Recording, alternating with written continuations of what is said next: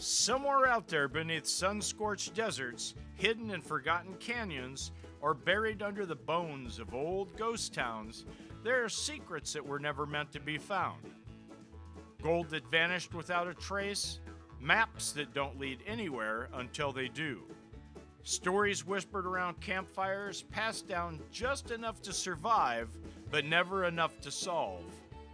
This is Man Cave Archives. I'm your host, Greg Reinhardt, and in this podcast, we dig into the legends that refuse to die, lost treasures in the American Southwest. The kind of stories that blur the line between history and myth, outlaws, miners, and explorers, and ordinary folks who stumble into something extraordinary and paid the price for it. Because sometimes the real mystery isn't where the treasure is, it's why it was hidden in the first place. So pour yourself a drink, dim the lights, and settle in because we're opening the vault. And once you step inside, you might not look at the desert the same way again.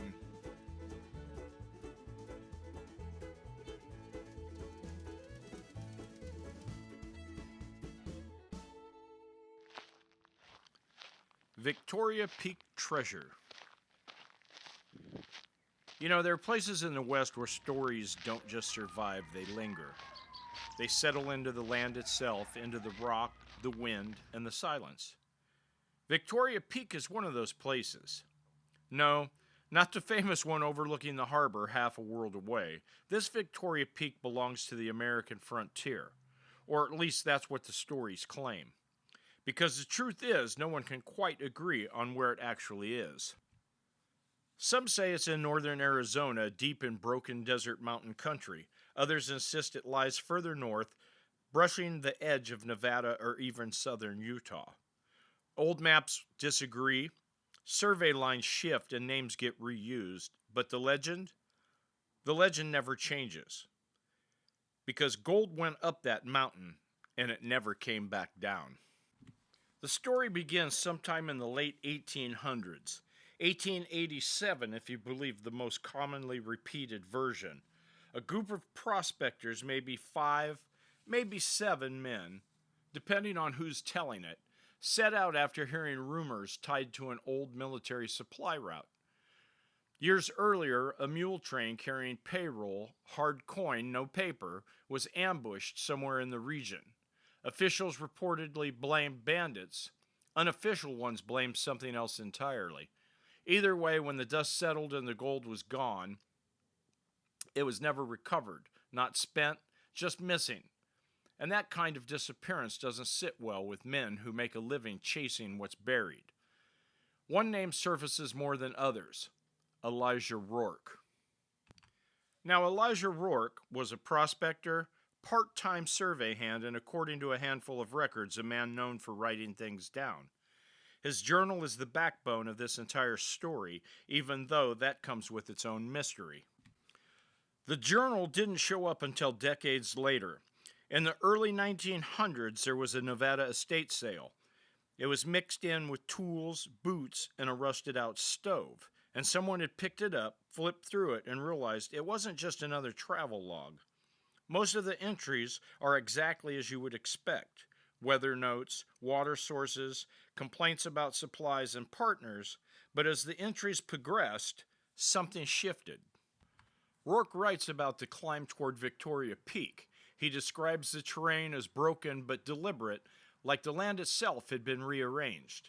He mentions stone outcroppings that look stacked by hand, not by time. He writes about arguments among men, small at first, then sharper.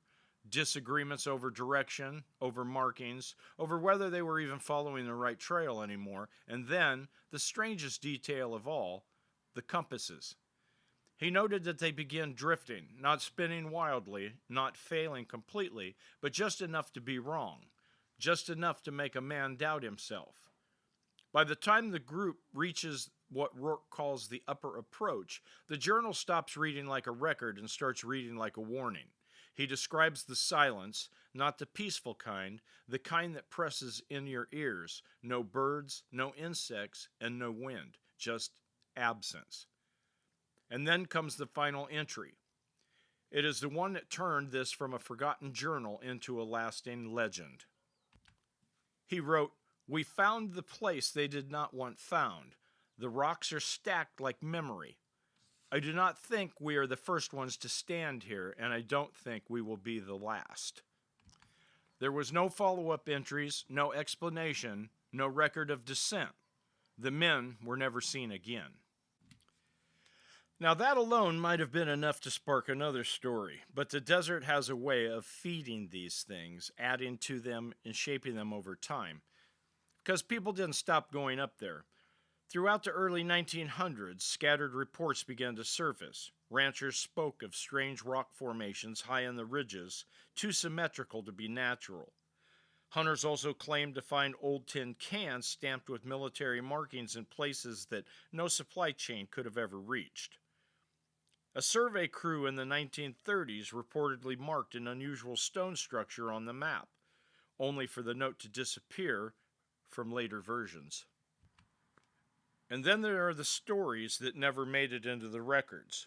One that passed quietly from one person to another, like the man who said he found a shallow dig site fresh, recent, only to return days later and found it completely undisturbed, as if no one had ever been there.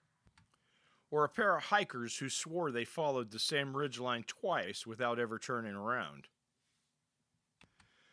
So, what exactly is hidden on Victoria Peak? That depends on who you ask. Some believe it's missing payroll, boxes of gold coins buried or concealed among the stone formations work described. Others think it was something more intentional, a cache, hidden piece by piece over time by men who knew the terrain well enough to keep it a secret, but not well enough to escape it. And then there are the theories that go a little further. That the formations aren't just markers. They're warnings, because one detail keeps showing up in nearly every version of this story. The people who get close to finding something don't act the way they should. Experienced prospectors abandon dig sites. Hikers lose interest in the locations that they were determined to explore just hours before. Directions get guessed. Landmarks feel familiar when they shouldn't. I believe it wasn't fear exactly. It's something quieter, like the mountain is slowly convincing you to leave. Modern treasure hunters still talk about Victoria Peak, though at most dismissed to publicity.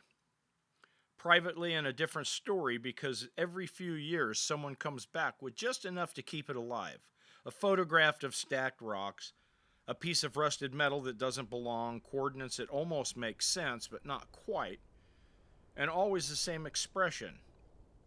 Not excitement, not even disappointment, just uncertainty. Like they were closer than they realized, and something nudged them away. So maybe the gold is still there, sitting in the same place it's been for over a century, untouched, undisturbed, and waiting. Or maybe the real mystery isn't what's hidden on Victoria Peak, but why is hidden at all? Because out in those forgotten ridgelines where the maps start to blur and the land stops making sense, you have to ask yourself, how many people got close? How many stood exactly where they needed to stand and just dig and didn't? And if you ever find yourself out there following old trails, chasing old stories, and you come across a place where the rocks look stacked, where the silence feels heavier than it should, and where your instincts start to waver, you might want to trust that feeling.